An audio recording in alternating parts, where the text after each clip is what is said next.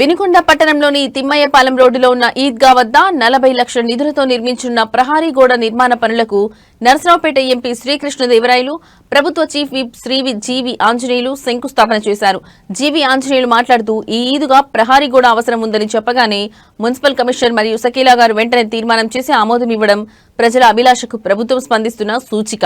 అందుకు కమిషనర్ గారికి ఆమెకు ప్రత్యేక ధన్యవాదాలని జీవి తెలిపారు. మదర్సాకు రోడ్డు పనులు 2 నెలల్లోపు పూర్తి చేయాలి. నేను మాటిచ్చితే తప్పకుండా నిలబెడతాను. పేదల సంక్షేమమే మా రాజకీయాల ధ్యేయం అని స్పష్టం చేశారు.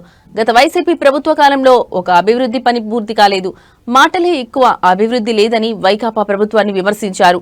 చంద్రబాబు నాయుడు గారు, పవన్ కళ్యాణ్ గారు ప్రజల కోసం రాత్రింబగళ్లు కష్టపడుతున్నారు. టీడీపీ ప్రభుత్వం ఉన్నప్పుడు మసీదు మరమ్మతులకు ప్రత్యేక నిధులు కేటాయించింది. కడపలో 15 కోట్లతో హజ్ హౌస్ నిర్మాణం జరిగింది. హైదరాబాద్ లో హజ్ హౌస్ మరియు రాజ్ హౌస్ నిర్మాణం చంద్రబాబు పాలనే సాధించింది.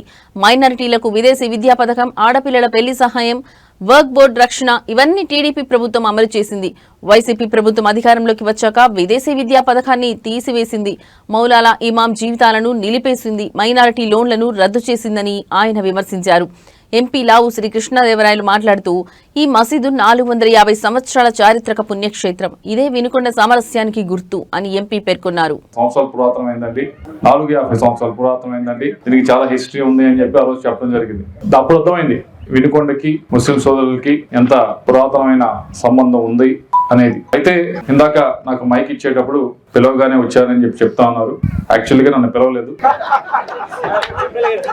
ఎమ్మెల్యే గారు పిలిచారు, మీరు పిలవలేదు, అయినా వచ్చాను. ఎందుకు చెప్తా ఉన్నానంటే ఇవన్నీ కూడా మనం ఇందాక ఏదో నాకు చైర్ వేసారా, నాకు కుర్చీ వేసారా, ఇంకోటి వేసారా ఇవన్నీ నిజంగా ఎవరైనా అనవసరంగా మనని అగౌరవపరిస్తే వీటి గురించి ఆలోచించండి. లేనప్పుడు ఇవన్నీ కూడా అంత ఎక్కువగా పట్టింపు పెట్టుకొని నన్ను పిలిచారా, పిలిస్తే ముందు కూర్చోబెట్టారా, పక్కన కూర్చోబెట్టారా, దండేశారా, ఇవన్నీ పట్టించుకోకుండా పని చేయటం బెటర్ అనేది నా ఉద్దేశం. నాకు అవకాశం వచ్చింది, వినుకొండ వచ్చి ఇంతమంది కలిసే అవకాశం ఎప్పుడు వస్తుంది అది ఆలోచించాలి కదా. ఇంతమందిని మేము పోగాలంటే మీ అందరు పనులు మానుకొని వచ్చి ఇక్కడ కూర్చోవాలి అంటే చాలా కష్టమైన పని. కానీ ఈ రోజు మంచి కార్యక్రమం అవుతుంది, మీరు వచ్చారు, రమ్మన్నారు, పదండి అన్నాం, వచ్చాము.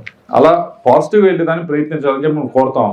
ముఖ్యంగా ముస్లిం కమ్యూనిటీలో మిగతా 6 నియోజకవర్గాలు అంత ఎక్కువ కనిపించలేదు, కానీ వినుకొండలో మాత్రం చూడటం జరిగింది. కొద్దిగా ఇక్కడ పెద్దలు కూడా ఉన్నారు, మత పెద్దలు. మీరు గట్టిగా చెయ్యాలి. మీరు కేవలం ఈ వీటి గురించి మాట్లాడటమే కాదు, తప్పు జరిగినప్పుడు తప్పు అని చెప్పాలి. క్రైమ్ ఇక్కడ చాలా అసభ్యకరమైన క్రైమ్ ఉంది. నేను దానిలో 2గా మాట్లాడలేదు, మేము క్లియర్ గా చెప్తా ఉన్నాం. కొంతమంది ఒక 10-15 మంది ఉన్నారు, వారిని మీరు ఖండించాల్సిన అవసరం ఉంది. ఈ కమ్యూనిటీ వైపు నుంచి గట్టిగా చెప్పాలి.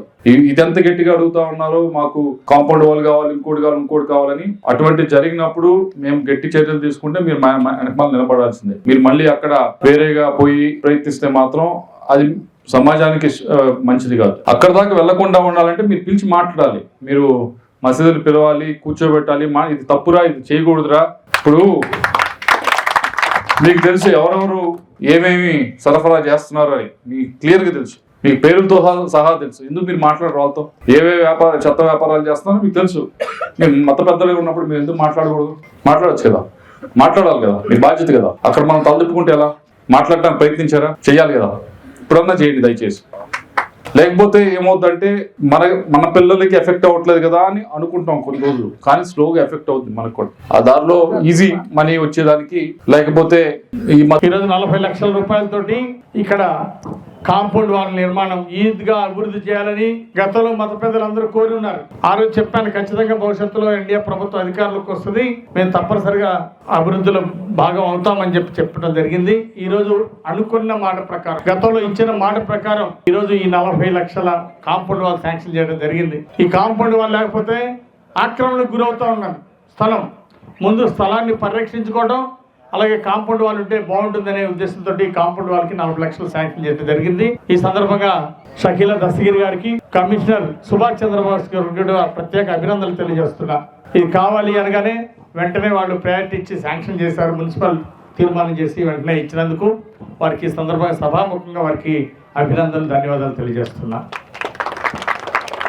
భవిష్యత్తులో మైనారిటీ సోదరులకు ఇంకా చేయాల్సింది చాలా ఉంది. ఖచ్చితంగా ఒకేసారి అన్ని చేయలేం.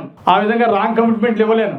నేను ఏదైనా మాటిస్తే మాట కట్టుబడి ఉంటా, దాన్ని ముందుకు తీసుకెళ్తా. అట్లాగే మదర్సాకి రోడ్డు అడిగారు, తప్పనిసరిగా మదర్సాకి రోడ్డు కమిషనర్ గారికి బాధ్యత చెప్పాం, షకీలా గారికి చెప్పాం. తొందరలోనే 2 నెలల్లోనే ఆ రోడ్డు పూర్తి చేయాలని ఈ సందర్భంగా స్పెషల్ శాంక్షన్ చేసి ఆ రోడ్డు పూర్తి చేయాలి మదర్సాకి అని చెప్పి ఈ సందర్భంగా నేను కోరుతున్నా.